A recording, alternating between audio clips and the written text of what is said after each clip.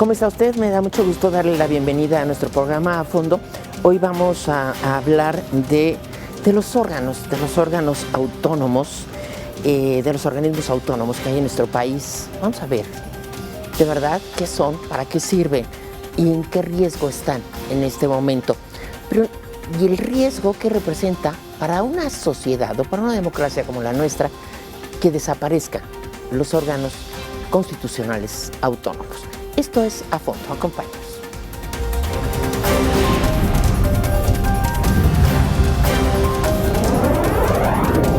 A Fondo, con Maite Noriega.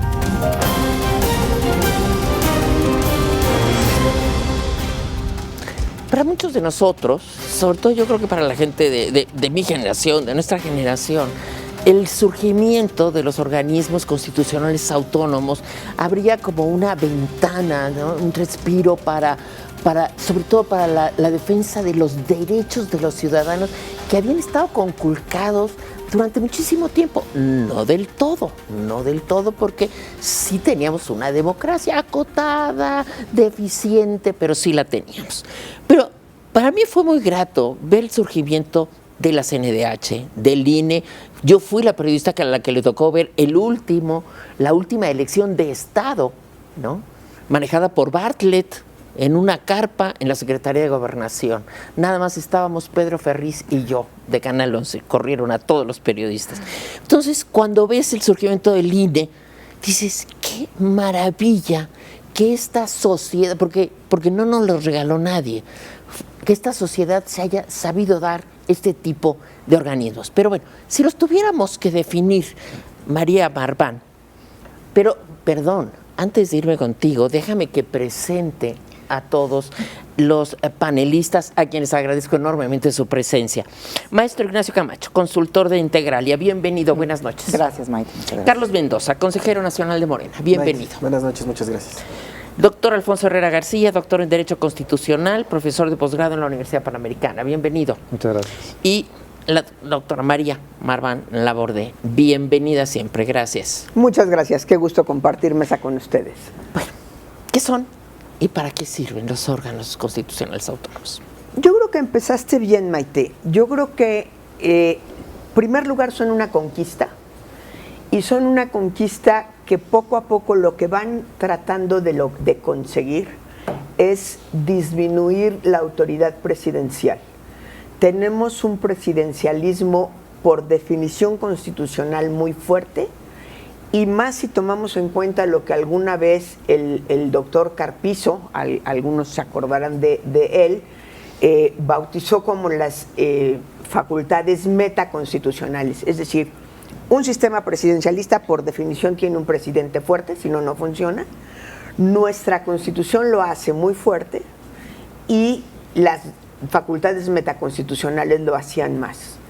Los organismos constitucionales autónomos empiezan a surgir justamente para limitar el poder presidencial. Y es bien significativo los tres primeros organismos constitucionales que nacen. El Banco de México, que por supuesto existe desde mucho antes, sí, pero que no era autónomo, que el presidente podía a su leal saber y entender poner y quitar al director de Banco de México, y si no hacía lo que le decía, pues lo cambiaba y se acababa, y entonces, pues si el presidente daba la orden a imprimir billetes, pues era pues a imprimir billetes. Teníamos unas inflaciones sí, que qué bárbaro. Teníamos unas inflaciones que qué bárbaro, y el desorden, digamos, económico de López Portillo y todavía más atrás de Echeverría, en gran medida era por la subordinación de Banco de México, no solo, pero por lo menos no era una contención. El IFE, que no nace como constitucional autónomo, sino que obtiene la autonomía hasta 6 años después, justamente lo que no permite es que el secretario de Gobernación maneje las elecciones. ¿Por qué? Porque cuando lo hicieron muy mal. Sí. Porque no manejaron las elecciones de una manera imparcial, en donde pudiera ganar y contarse los votos de cómo votaba la población. Y la CNDH tampoco nace autónoma, nace también como parte de la Secretaría de Gobernación, y en 99 se vuelve autónoma. Y justamente es, la CNDH por definición es un contrapoder. Por definición lo que hace es vigilar al Estado a que no viole los derechos humanos. Recuerdo un título de un libro de alguien que estaba muy impactado cuando nació la CNDH, y con toda honestidad no me voy a acordar de quién lo escribió, que el título era El Estado contra el Estado. Claro.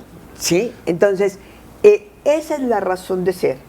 Y la autonomía, creo yo, se construye a través de tres cosas fundamentalmente. El marco legal, cuáles son sus funciones, qué tienen que hacer, cómo lo tienen que hacer.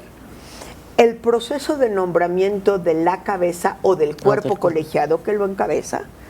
Y por supuesto las personas que llegan, que se toman en serio esa autonomía.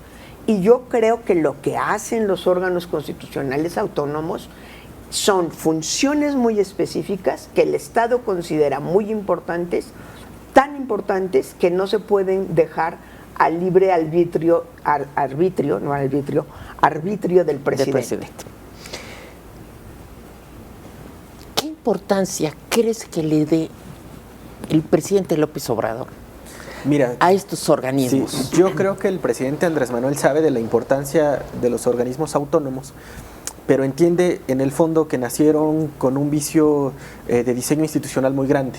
Nosotros sabemos que los órganos... ¿Cuál es este vicio? Pues que estaban definidos, sí, para limitar el poder presidencial, pero no para acotarlo del todo. Es decir, para que hubiera una enorme influencia dentro de los propios organismos autónomos en algo que mencionaba la doctora, que a mí me parece muy importante, que es cómo se define la integración de estos órganos autónomos. Era la propia definición de carácter no técnico al inicio. Ustedes recordarán, en el IFE, las primeras decisiones que toman los representantes de los partidos políticos tenían voz y voto en el Consejo General. No tenían solo voz como ahora. Es decir, hay un diseño que permitiera un gran acuerdo entre el poder, la oposición, para ir democratizando, sí, pero mantener un control presidencial sobre los propios organismos autónomos. Y después se convirtieron, y en esto coinciden varios autores, en una burocracia dorada que no terminaba de entender su propia función dentro del Estado. Justo antes de iniciar el programa platicábamos y decían, bueno, hay una falsa dicotomía en el análisis sobre los organismos autónomos de parte de la oposición, en donde o son contrapeso del Estado, que además en ningún país democrático los organismos autónomos son contrapeso del Poder Ejecutivo, o del otro lado tienen que estar sometidos al propio Poder Ejecutivo. Me parece que el debate se da en la autonomía técnica, es decir, los organismos autónomos deben tener una gran facultad de tomar decisiones técnicas para que, independientemente de la transición ideológica y política que sufra el país, que atraviese el Estado, el cambio de régimen, como lo ha dicho el presidente, pues puedan aportar datos, aportar cifras, aportar opiniones importantes. Entonces, pues el presidente entiende la importancia de los organismos autónomos, pero entiende también la relación pues mezquina que se había generado dentro de los propios organismos autónomos como organismos que querían aparentar ser intocables y que entonces generaban una burocracia dorada, multimillonaria, que gastaba muchos recursos y en apariencia ofrecía muy pocos resultados, salvo 2 o 3 que eran emblemáticos. Y además entiende el presidente, porque además es lo correcto, que los organismos autónomos tendrían que ser discretos en lo mediático y muy funcionales en lo operativo. Y en los últimos años, en los últimos sexenios, vimos lo contrario. Eran muy buenos en lo mediático y como oposición incluso están funcionando. Y en lo operativo hay muy pocos, ¿no? Y en lo mediático muy pocos resultados de los organismos autónomos que están llamados a eso. ¿Qué opinión te merece esto? Bueno, en relación con lo que comentaba la doctora Marván, quería agregar que tampoco los organismos constitucionales autónomos han nacido, digamos, aislados de la democratización de los propios poderes políticos. Es decir, el propio Poder Judicial, me parece a mí que en la misma época es cuando de verdad empieza a experimentar una independencia real y una autonomía real respecto de los poderes, sobre todo del Poder Ejecutivo. Por lo tanto, el concierto, digamos, de la democratización, me parece a mí que involucra no solamente a los órganos autónomos, sino también a la propia función judicial que tiene la Suprema Corte a partir, por ejemplo, del 94-95, una funcionalidad que empieza a separarse claramente, ¿no?, de la toma de decisiones en la administración pública. También quisiera abundar en lo que comentaba la doctora Marván en relación con las personas. Creo que ha sido muy importante y que tenemos ahí, me parece, una evidencia empírica de que quienes han formado parte de estas instituciones, necesariamente los perfiles independientes en lo subjetivo, en lo personal, de quienes han estado ahí, han, digamos, cultivado, ¿no?, de alguna manera la visión de la autonomía real que ejercen estos órganos constitucionales autónomos. Pensemos, a mí me parece, por ejemplo, la presencia de un Luis Raúl González Pérez en la Comisión Nacional de Derechos Humanos, que se desenvolvió a la cabeza de la CNDH de manera independiente, de manera, digamos, técnica, desde el punto de vista de... Sin mayores protagonismos. Me parece que sin mayores protagonismos habrá diferentes puntos de vista, pero sobre todo el ejemplo del IFE inicial, presidido por Woldenberg, creo que fue precisamente otro ejemplo de esto, ¿no? Las personas que lograron construir y ciudadanizar la organización de las elecciones para configurar del otro lado la institucionalidad autónoma de un instituto como este, pues creo que apuntaló necesariamente un órgano que de verdad podía ejercer la autonomía frente a los poderes políticos. Frente a lo que comentaba Carlos, yo creería que probablemente había que hacer diferentes mediciones, es decir, no podríamos hablar, digamos, en conjunto, en meter en una sola bolsa a todos los órganos autónomos, ¿no? Creo que ha habido una disparidad en la evolución necesariamente, ¿no? Probablemente la CNDH y el IFE puedan medirse en un mismo sentido, el Banco de México es anterior, pero hay otros órganos autónomos que en realidad creo que no han mostrado o no han podido mostrar por la juventud institucional que tienen la funcionalidad que debería perseguir y que probablemente estén siendo calificados de manera anticipada, ¿no? Estoy refiriendo, por ejemplo, al Instituto Federal de Comunicaciones, al propio al INAI, probablemente al Consejo Encargado de la Competencia Económica, que son muy recientes, ¿no? Tenemos apenas 5 años con las reformas estructurales que les dieron vida, y probablemente habría que hacer una evaluación individualizada, es decir, por cada uno de ellos, ¿no? Hacer unas mediciones, hacer evaluaciones, y es muy difícil, insisto, englobar en una evaluación integral a todos en su conjunto, digamos, con un solo diagnóstico, ¿no? Maestro Cabrera. Totalmente de acuerdo con lo que han mencionado mis compañeros. Me parece que los organismos autónomos son fundamentales, no solamente en el sentido de que acotan un poco el poder, sino que son mecanismos de confianza, ¿no? Lo que te da un organismo autónomo es confianza a la ciudadanía, confianza a las inversiones. Por eso es que se dio autonomía constitucional al Instituto Federal de Telecomunicaciones y también a la COFESE, y hubo otros organismos que se quedaron en la orillita, que son los del sector energético. No se les dio autonomía constitucional. Ya en alguna ocasión habíamos comentado este tema, pero la idea de darle cierta autonomía era separarlos del poder político para dar tranquilidad y para dar confianza a los inversionistas y dar confianza a la ciudadanía en lo que se estaba haciendo. Entonces, en ese sentido, sí actúan, me parece, hasta cierto punto como un contrapeso, pero ciertamente es algo técnico, y en cuanto más técnico sea el organismo, pues de mejor manera va a poder desempeñar su función. Entonces, lo que necesitamos es organismos... A mí me gustaría que nos calificada. explicaras, a mí y al público, a los que no estamos tan metidos en estos conceptos, ¿qué implica que sean más técnicos? Lo que necesitas es ir creando una suerte de burocracia especializada.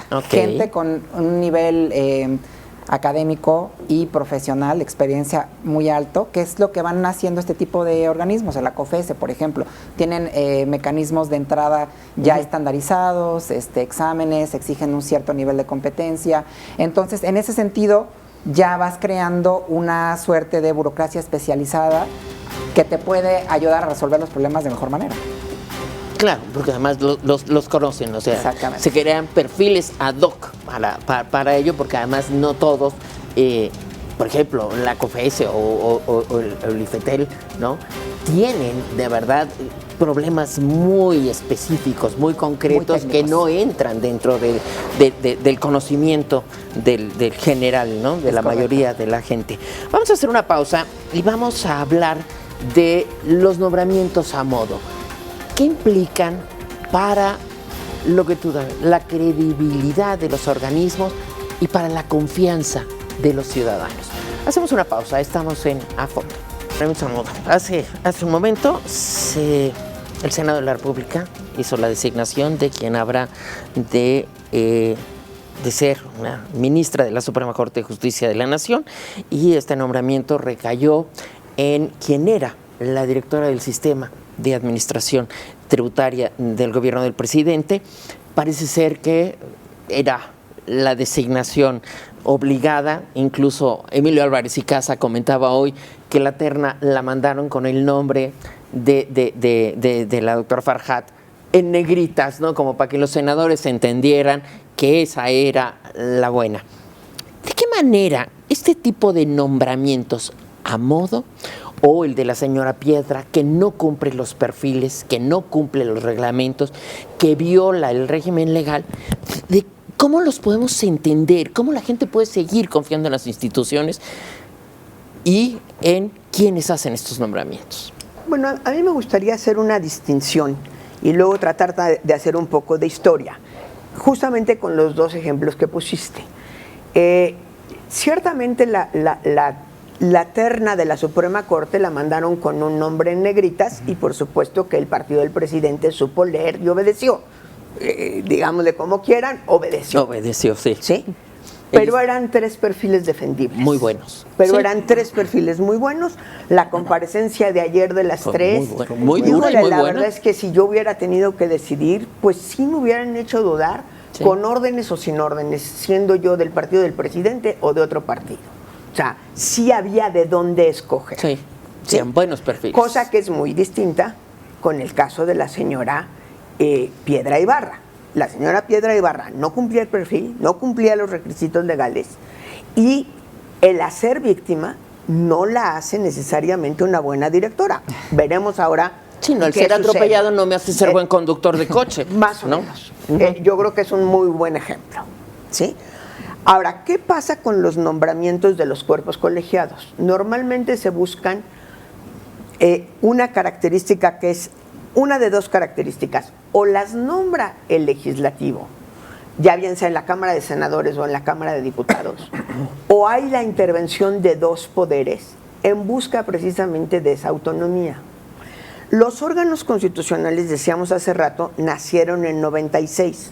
Vale la pena recordar que de 96 hasta el 2018 siempre tuvimos escenarios de gobiernos divididos, con una clara pluralidad en la Cámara con 3 poderes.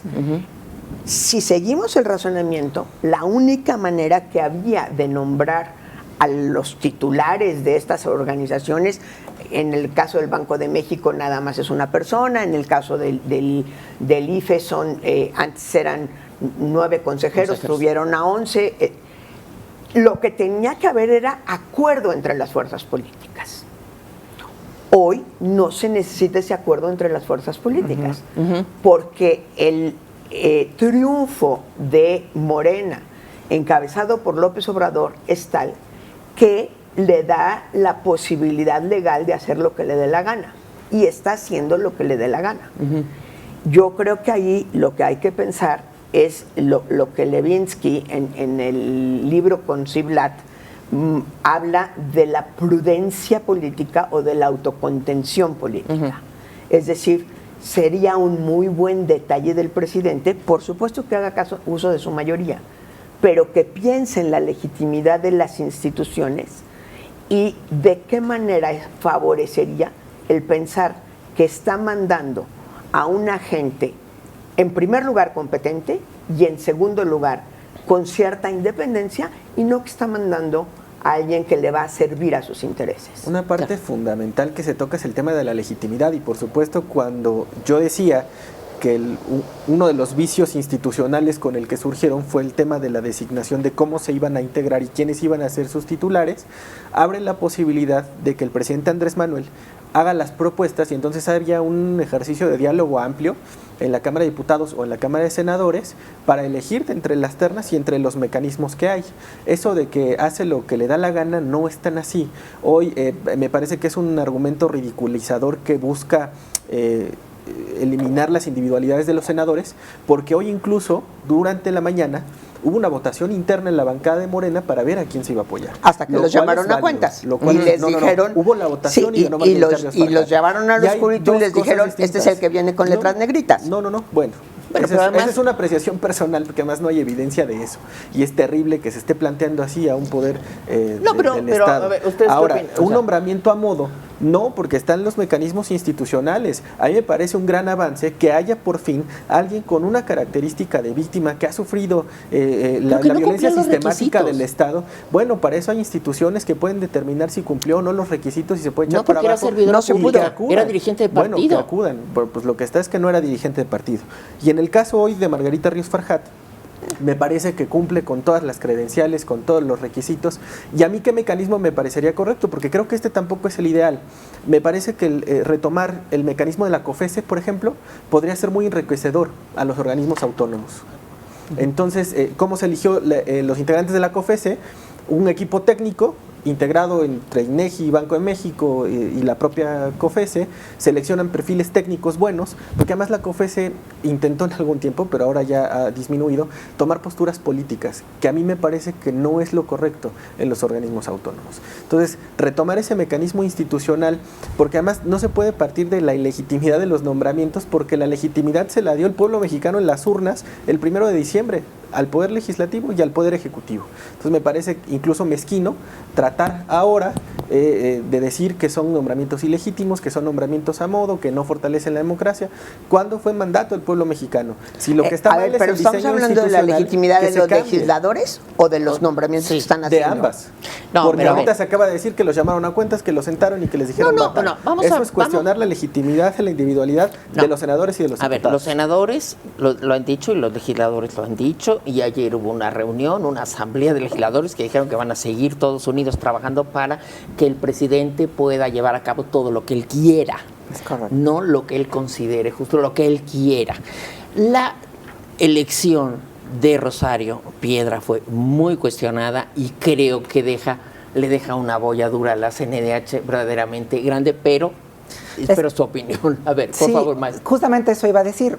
Se habla de que es ilegítimo ese nombramiento porque se habían perdido 2 votos, ¿no? Sí. A la fecha nadie entiende dónde quedaron esos 2 votos que se perdieron, ¿no? Se hablaba de 116 votos que se depositaron en las urnas, pero nada más aparecieron 114. Entonces ahí pues claramente hubo un problema, ¿no? Y bueno, incluso ahí están todos los videos en donde se ve que se están contando más votos y que no aparecen, ¿no? Al final hubo una imposición, hubo un haya sido como haya sido, que tanto se había criticado en algún momento esa posición, ¿no? Aunque en ese momento quizás no había las pruebas suficientes, en este momento pues parecía muy evidente que había habido una irregularidad en este caso, y pues a ojos de muchas personas hay un nombramiento ilegítimo en la CNDH, ¿no?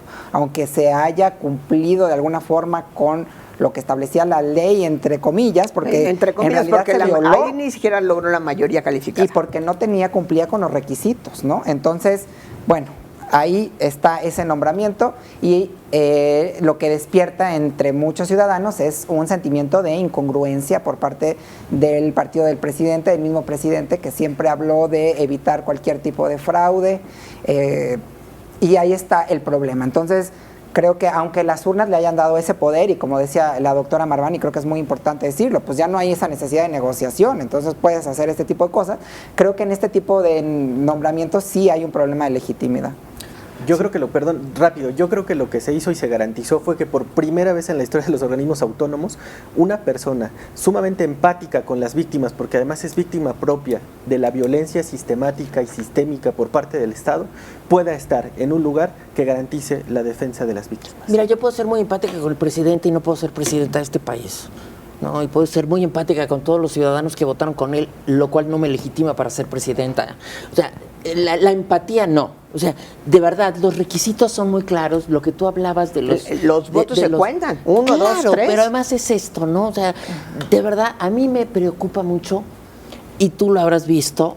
O sea, estoy viendo el prismo echeverrista. Me tiene muy preocupada. Yo estoy en el prismo echeverrista.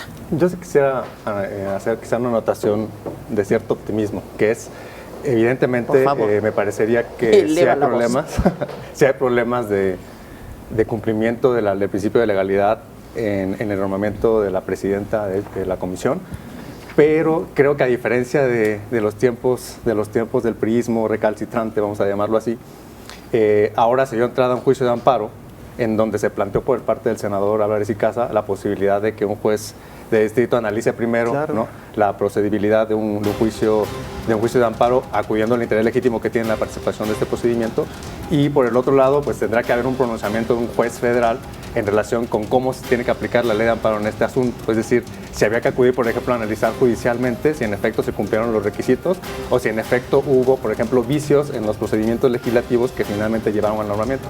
Por lo tanto, tendríamos por lo menos esa puerta, digamos, abierta, judicial, en donde había que esperar los pronunciamientos, claro, con el contexto político tan fuerte que ya se mencionó, en donde el presidente tiene una legitimidad política aplastante. Es el presidente que ha tenido mayor poder que y nadie la niega, ¿eh?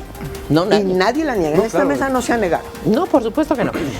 Al regresar vamos a hablar de a dónde conduce el control de las instituciones si es que se dan los cambios en el INE que se pretenden, y lo que ya vimos que pasó en la CNDH y lo que puede pasar en otros organismos. Estamos en A Fondo. Acompáñenos, regresamos en unos minutos. En este momento enfrentamos la amenaza que se cierne sobre el Instituto Nacional Electoral, el hecho de acortar mandatos del presidente. ¿Cómo ven ustedes esto que está pasando? Sobre todo con el INE, que yo creo que, bueno, permitió que Andrés Manuel López Obrador llegara a la presidencia de la República. No, lo permitió el voto de la gente, no el INE. No, gracias a que el INE dio garantías para que el voto se contara y contara. Y gracias al voto de la gente. Pero antes el voto no contaba. Gracias a la confianza ciudadana en el INE. Híjole, es una de las instituciones menos confiables y eso es debatible. Pero yo creo que no hay un impulso por controlar las instituciones como se está planteando. Es decir, se está planteando una especie de apocalipsis y además un escenario donde antes, durante el periodo neoliberal, las instituciones eran modélicas. Me parece que hay un error de comunicación, que es una buena bandera si quieren de la oposición, y eso no hay ningún problema, pero no hay un intento de controlar per se las propias instituciones. A mí me parece que lo que sí tendría que existir e impulsarse además es la delimitación tanto del servicio profesional de carrera en los organismos autónomos, para que independientemente del titular, las facultades constitucionales y legales que tienen, pues puedan llevarse a cabo, y que el titular ya no tome decisiones políticas ni técnicas de las que no comprenda. Me parece que tiene que haber un proceso de profesionalización muy amplio en los propios organismos, que ha habido de verdad muy pocos intentos porque salga bien. Ahora, en materia del INE, recordemos tan solo que por presión popular se negaron ya a construir un edificio que iba a costar más de 4,000 millones de pesos. Ese es el tipo de cosas que le molestan a la ciudadanía. No, le molestan a López Obrador. Le molestan a la gente. Le molestan al pueblo. Bueno, podríamos hacer una encuesta. A ver, yo creo que hay varias cosas en lo que has dicho. El servicio profesional de carrera, si alguien tiene servicio profesional de carrera en los organismos constitucionales autónomos, es el INE. Sí, claro. Sí, desde 90. Yo creo que en este país hay 3 servicios profesionales de carrera que funcionan. El INE. El servicio exterior, el del INE, y otro que no es formal, pero que funciona bastante bien, que es en Hacienda. En Hacienda realmente la posibilidad de crecer, o sea, sí. Entonces, servicio profesional creo que no es una crítica para el INE. El INE tiene que tomar decisiones, y la gran mayoría de los puestos del INE, los puestos importantes donde se cuentan los votos, son de servicio profesional de carrera, ¿sí? Ahora, la preocupación de si el INE es caro o no es caro, podríamos desaparecer a los 11 consejeros, o conseguir hermanos de la caridad que vinieran y no cobraran nada, y el presupuesto del INE no iba a rebajarse. El INE es caro por la cantidad de funciones que le ha dado el Poder Legislativo. En 2007 se le agregaron 73 funciones, 53 funciones, y en 2014 se le agregaron 54. Sí. Función, presupuesto, si no se llama demagogia. Y el problema del INE es que sí cumple con lo que hace. Claro. ¿Sí? Gran favor le harían al INE y a la organización de las elecciones si hacemos una poda no de dinero, sino de funciones. Y no olvidemos que se incluyen dentro del dinero que supuestamente se va al INE, el dinero de los partidos políticos donde Sí. Morena se va a llevar la mayor parte, y que no se ha logrado hacer una reducción del presupuesto porque no quieren afectar a sus aliados pequeños. Esa es la realidad. Entonces, se culpa al PAN. El PAN es irrelevante en este momento en el Congreso. Duele quizá decirlo de esta forma, es irrelevante. Qué bueno que digas que las duele. decisiones las está tomando Morena con sus aliados. Y Morena no ha querido pasar la reducción del presupuesto a los partidos políticos. Esa es la realidad. ¿Por qué? Porque Morena quizás podría sostenerlo, sus aliados no podrían sostenerlo. Entonces están atacando al INE cuando una verdadera reducción de presupuesto sería quitarle dinero a los partidos políticos. Y por supuesto que se le quiere quitar el dinero a los partidos políticos, el 50% No se ha de hecho. hecho. Sí, pues están todas las acciones legislativas y va a pasar, es una Se llevan iniciativa más que se de va un a año. configurar. El año pasado prometieron. Llevan Exactamente. más de un año. Es un tema que va a pasar porque además es una promesa no solo de campaña, sino es un compromiso que asumieron los propios legisladores de la Cuarta Transformación. A mí Y me que no parece lo que han si hecho. muchas Y que cosas no lo han hecho. han pasado. Más de un año. Más de un año. Año y medio prácticamente. Bueno, pero es un tema que va a pasar porque está configurado, porque es una promesa de campaña y Bueno, porque por además eso. se está impulsando Pero también estamos el nivel analizando estatal. lo que está pasando, lo que estamos viendo, las acciones. Hasta este momento han querido reducir el presupuesto del IFE, pero no el financiamiento de los partidos políticos. No, que se reduzca Esa el es financiamiento de una los partidos realidad. políticos. Pero además, no se dan los presupuestos de base para transformar la institución, ¿no? Es decir, no tenemos la Ese es el disfunción problema. necesaria, es el diagnóstico preciso, ¿no? Que nos permita entender que hay que transformar, que hay que modificar a fondo. Al contrario, creo que una institución se califica necesariamente a partir de la actuación inmediata anterior. Y creo que el INE hizo un trabajo espléndido en el proceso electoral de 2018 a tal grado, pues los resultados están ahí. Es decir, Está, la claro. legitimidad es incuestionable, la labor del INE, a pesar de que era una tarea pero espeluznante en la organización, cumplió perfectamente. Los resultados se les salieron a dar inmediatamente, los contendientes inmediatamente reconocieron, es decir, no hay la disfunción necesaria como para poder diagnosticar en efecto que habría que hacer modificaciones que, al contrario, subrepticiamente pretenden ahí cooptar alguna funcionalidad correcta de una institución autónoma como es este órgano, ¿no? Sí, y aparte hay que decir, ya en este presupuesto se limitaron los sueldos de los Sí. consejeros del INE, o sea, eso ya se hizo. Sí. Esto que se está fomentando de que derrotar al presidente es control político, porque eso no es limitar la burocracia dorada, eso ya se hizo en este presupuesto.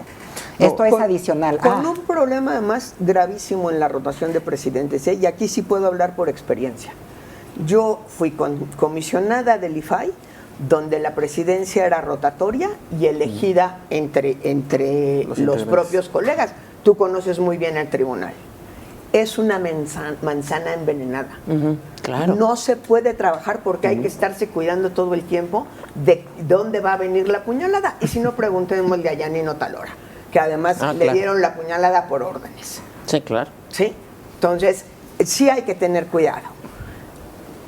Me parece que una de las grandes virtudes del IFE es que la Cámara de Diputados, ahora INE, decide, este es el presidente y estos son los consejeros. Entonces, desde que uno llega sabe cuál es su lugar. No importa lo que hagas, no tienes que estar haciendo méritos para lograr ser presidente. Y no tienes que empezar a meter patadas debajo de la mesa para ver en qué momento haces tropezar al presidente y a partir de qué compras o no compras la lealtad de tus compañeros. Entonces, la presidencia rotatoria me parece en sí misma una desgracia.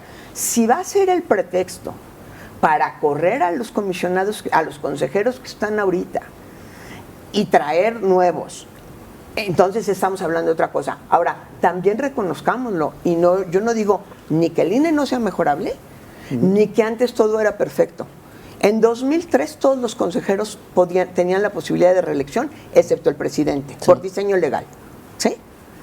¿Por qué no se reeligieron? Porque les ofrecieron comprarles la reducción de amigos de Fox y Pemex Gate a cambio de la presidencia. Y afortunadamente teníamos gente suficientemente digna que dijo, no quiero una presidencia con esas condiciones. Ahora, ¿qué pasa? ¿Sí? Me quiero adelantar. Dos de ellos ya están muertos. Sí. Uno ya se había salido desde antes.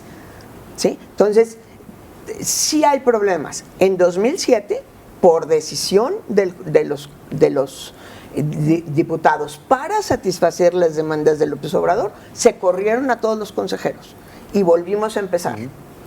En 2014 se volvieron a correr a los consejeros y cada vez que han hecho eso se ha debilitado la autonomía de la institución. Sí. Porque no se cumple con las leyes y ahora quieren hacer lo mismo. Entonces no es nada más una cuestión y sí preocupa mucho. A mí me preocupa muchísimo porque ya sufrí, y lo digo con todas sus letras, sufrí una presidencia designada por los compañeros donde todos los días tenías que llegar al trabajo a ver de dónde venía la traición. Todos. Así vamos a estar en el INE. ¿A qué horas vamos a organizar elecciones? Claro. En un país hay que poner 155,000 casillas. ¿Qué pasa en un país donde este tipo de organismos y los poderes que sirven de contrapeso constitucionalmente y de acuerdo con los principios de legalidad que consagra la Constitución, deben servir de contrapeso al presidente? Cuando estos no funcionan como contrapeso, ¿qué pasa en el gobierno de un país? ¿Qué pasa en las democracias? Sí, obviamente que se pierde la funcionalidad constitucional de los órganos, ¿no? Cuando el presidente coopta, ¿no?, por cualquier medio digamos, o captura estas instituciones, a lo que nos lleva es justamente a lo contrario al objetivo que se marca inicialmente con la existencia de esos órganos, precisamente que es funcionar como un contrapeso necesario en las labores específicas que tiene ese órgano. Por lo tanto, por definición el presidente, ahí acudiría a algo que dijo María hace rato, sí debemos apelar a la responsabilidad democrática de quienes designan, ¿no?, a la responsabilidad democrática de quien interactúa con los órganos nacionales autónomos.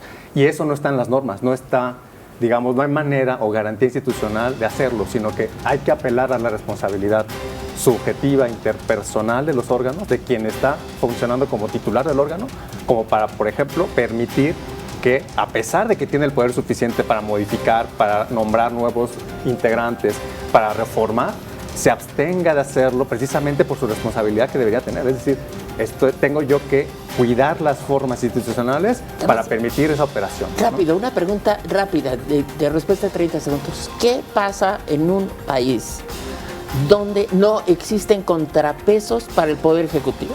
Yo creo que está clarísimo, ¿no? Pues estamos hablando de que se puede instaurar pues, una dictadura como tal, ¿no? Digo, suena fuerte decirlo quizás, pero es eso.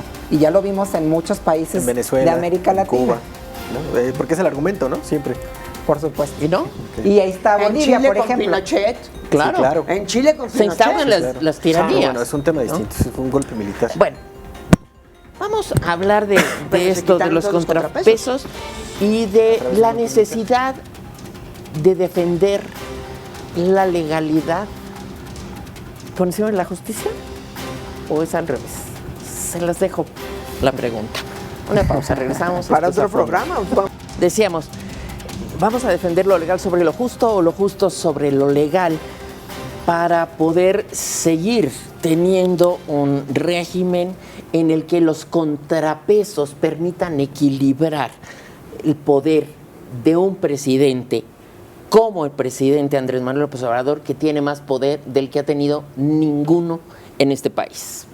Maestro. Es muy grave, ¿no? Desde nuestro punto de vista es muy grave cuando en el momento en que tú dices, primero dices nadie por encima de la ley, pero después dices a veces lo importante es que sea justo, aunque no sea legal, ¿no? Cuando echas para atrás en los hechos la reforma educativa, por ejemplo, ¿no? Entonces ahí es cuando empiezas a construir un discurso en el que lo moral está por encima de lo legal. Y lo que este presidente ha estado construyendo, y si lo leemos en su último libro, es un discurso en el cual él se está poniendo por encima de todo como el juez de la moral, y no solo de la moral actual, sino de la moral del pasado. Entonces él viene a ser, además, incuestionable. Tenemos un presidente que se ha vuelto incuestionable, porque como es el líder moral el único poseedor de la verdad moral de este país, cualquier persona que ose cuestionarlo es descalificada de inmediato como corrupta, neoliberal o neoporfirista. No hay de otro. O fifí, ¿no? Entonces es un riesgo muy grave, ¿no? En el sentido de que se concentra el poder totalmente y mucho más allá, incluso más allá de los poderes metaconstitucionales. Ya estamos hablando de una suerte de poder adicional, digamos así. Carlos.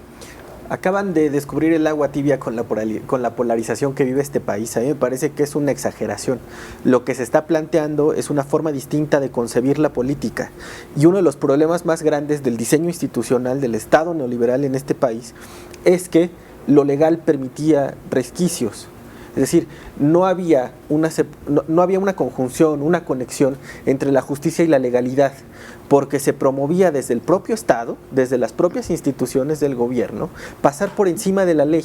Entonces la ley. Desde luego que sí, a mí me parece que sería lo más correcto. Seguimos actuando a igual. mí me parece incluso que cuando se le planteó al presidente, porque él lo dijo, lo que necesita México es una nueva constituyente, un nuevo pacto federal, pero no solo entre los estados de la federación, sino entre los ciudadanos que habitan nuestro país, que son mexicanos. Desafortunadamente no daba el tiempo, no daban las circunstancias, y lo que hay que hacer es, primero, rescatar esa brecha enorme de desigualdad que existe en nuestro país para poder después rediseñar institucionalmente, pero sin esa enorme desigualdad que existe, donde el 10% de la población controla el 60% de la riqueza. Sí. La oposición pareciera que la oposición acaba de descubrir la desigualdad, porque no es el presidente el que polariza el discurso, es el presidente el que pone sobre la mesa la necesidad de gobernar primero para los que menos tienen, para los más desposeídos. Y entonces la clase alta, los que estaban acostumbrados a tener los hilos del poder dentro de las propias instituciones, los más desposeídos es cuando ponen seguirán el grito en siendo el cielo. Más desposeídos. Pues el no. sistema de regalar dinero en primera no es viable a largo plazo y no saca a la gente de la pobreza. Si a mí me das 10 pesos, en vez de darme un servicio de salud, me alcanza para comprar una aspirina, qué bueno no para pagar un tratamiento de cáncer de 60,000 pesos. Que editorializa. No, Eso es un problema muy grande. No, pero a ver, un periodismo que editorializa. No, yo no estoy haciendo una nota. No, yo no. personales. Esto es un programa de opinión. Claro. No es un programa de nota informativa. Entonces, es tu opinión, la de la señora, la mía, y todos nos vamos enriqueciendo. No, desde luego que es respetable. Lo que estamos diciendo es que se tiene que intentar. Mira, ¿por qué? Porque no es regalar dinero, es darle a la gente la posibilidad de tener un apoyo para salir de esa brecha. Y además políticas que han funcionado en otros países. Regalar dinero siempre ha sido fábrica de pobres y de clientes, y queremos clientes, el problema que planteó Maite, al que estaba respondiendo Ignacio, es la justicia por encima de la legalidad, y tú dijiste sí porque no dio tiempo de cambiar las leyes. Perdón, pero entonces lo que estamos diciendo es acabemos con el Estado de Derecho, porque no la concepción de justicia bueno, no ha habido entonces si no ha habido, pues ya cerramos y nos vamos. No se puede construir en un año. Ni siquiera necesitamos presidente. ¿Para qué necesitamos presidente si no hay justicia? Construir un mecanismo donde un Estado donde existe el Estado de Derecho en un año, pero el fin no justifica dado que no ha existido medios. Los últimos 30, Aunque 40. Maquiavelo haya dicho eso en el siglo XV, el fin no justifica los medios. Desde luego que no. ¿Sí? Y lo que tú estás diciendo es, primero vamos a actuar en contra de la ley para adquirir la justicia. Fue lo que dijiste. Y que dijiste que que López Obrador lo había justificado y que era una maravilla que así se hiciera porque su proyecto lo necesita. No puedo estar de acuerdo, porque además el concepto de justicia de López Obrador es uno, el tuyo es otro, el de Ignacio es otro, y el de cada uno de los que preguntemos. La justicia finalmente no es objetiva. Y él, que conoce tanto de la Biblia, se acordará de aquel pasaje de la Biblia donde le dan diferente a diferentes trabajadores, dependiendo de la hora del día que llegaron, y se enojan y dicen, pero ¿por qué a mí que trabajé 2 horas me da lo mismo que al otro que le diste que trabajó 10 horas? Y dice, porque esa es mi justicia. Eso dijo Jesucristo, esa es mi justicia. Y así estamos frente a la justicia de Jesucristo. Doctor, sí me preocupa. Yo sí creo que hay un error de concepto en la comprensión de la justicia y la legalidad, ¿no? al presidente y al titular del Poder Ejecutivo y al Poder Legislativo no les toca hacer justicia. Les toca aplicar cumplir la ley. el principio de legalidad. Están sujetos a la legalidad. Eso es lo que establece la Constitución, artículos 14, 16. A quien le corresponde establecer los alcances de esa noción es a los tribunales, al Poder Judicial, ¿no? Ahora, eso no quiere decir que el presidente no pueda utilizar, por supuesto, el ideal, la noción, ¿no? Lo que pasa es que la tiene que materializar a través del cumplimiento de la ley. Es decir, la justicia realizada por el Poder Ejecutivo es a través del cumplimiento de la ley, no a través, digamos, pretender que no se cumpla o es más o justificar la falta de cumplimiento de la ley. Lo que es más ordenar, ¿no? Que no se haga cumplir la propia Constitución, ¿no?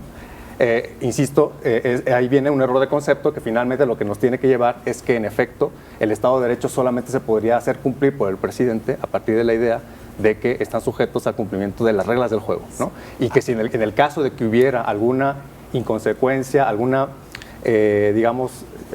alguna falta, digamos, alguna cuestión normativa que no le permita llevar a cabo su proyecto político, tiene que seguir los canales institucionales correspondientes para reformar la Constitución y en efecto, ¿no? Tiene todas las competencias para proponer y todas las competencias para incluso proponer un debate legislativo que permitan las reformas de la Constitución, que por cierto lo ha conseguido ya con muchas reformas. Oh, sí, ¿no? Claro. Sí. Entonces lo que tiene que ir haciendo es justamente llevar esas discusiones a través de los canales institucionales que se han establecido. Y por último, hay una contradicción, ¿no? Porque el presidente siempre llama al cumplimiento no de la fuerza, sino de la razón y el derecho, ¿no? Y precisamente la debe llevar a cabo así. Y criticó siempre un estado de chueco, yo me acuerdo mucho de esa frase. Y ahora parece que vivimos justo en ese estado de chueco. Sí, no, nada más en lo que va de este régimen hay 26 artículos constitucionales modificados, 28 artículos constitucionales reformados. Es uno de los más grandes que ha habido. Entonces, bueno, se sabe el camino, ¿no? Todos sabemos el camino. Una conclusión en 3 palabras. Muy grave que se ponga la justicia por encima de la ley, de la legalidad. Carlos. La consolidación de un nuevo régimen. No por encima de la ley, y los organismos constitucionales autónomos pueden haber sido demasiados, podemos decidir cuántos necesitamos, pero necesitan la autonomía. El porvenir del país está en el Estado de Derecho. Yo diría que esa es la frase que hay que llevarnos. El día que nos quedemos sin ley, nos quedaremos encerrados cada quien en nuestra casa. No habrá manera de salir a la calle con seguridad, con tranquilidad y con la garantía de respeto del resto. Gracias a todos ustedes por su presencia aquí. Gracias a usted por la generosidad de su audiencia. Hasta la próxima emisión.